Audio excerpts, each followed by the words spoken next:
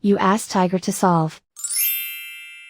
This deals with linear equations with one unknown. The final result is n equals -7. Let's solve it step by step. Swap sides. Isolate the n. Divide both sides by -2. Cancel out the negatives. Simplify the fraction.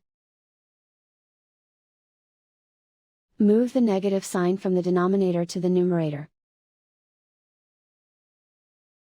Find the greatest common factor of the numerator and denominator. Factor out and cancel the greatest common factor. And so the final result is n equals -7.